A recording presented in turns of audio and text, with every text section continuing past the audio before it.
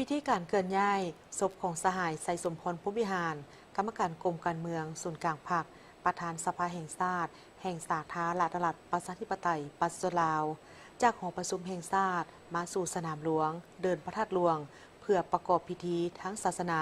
และจัดพิธีสถาปนกิจศพอย่างสมเกียรติเพื่อเป็นการไว้อาลัย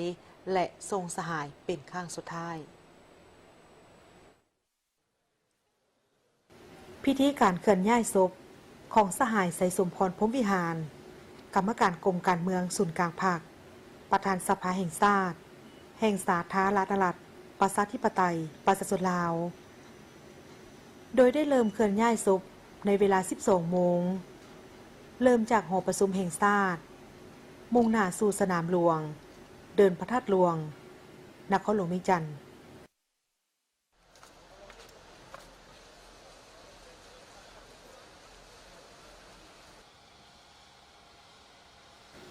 เพื่อประกอบพิธีทั้งศาสนาและจัดพิธีสถาปนกิจศพอย่างสมเกียรติเพื่อเป็นการไว้อาลัยและทรงสหายเป็นครั้งสุดท้ายการจากไปของสหายไสสมพรพรหมวิหารเป็นการสูญเสียที่ใหญ่หลวงสำหรับพรรครัฐ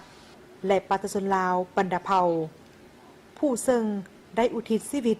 ทั้งหมดเพื่อประเทศชาติผลงานคุณงามความดีและแบบแผนดำรงชีวิตอันปลอดภัยเฮ็ดให้พรรครัฐก็คือประเทศเฮาสูญเสียพนักงานการนำขั้นสูง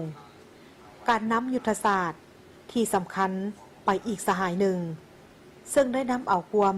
โศกเศร้าเสียดายและอาลัยอาวรณ์อย่างสุดซึ้งให้แก่พรรค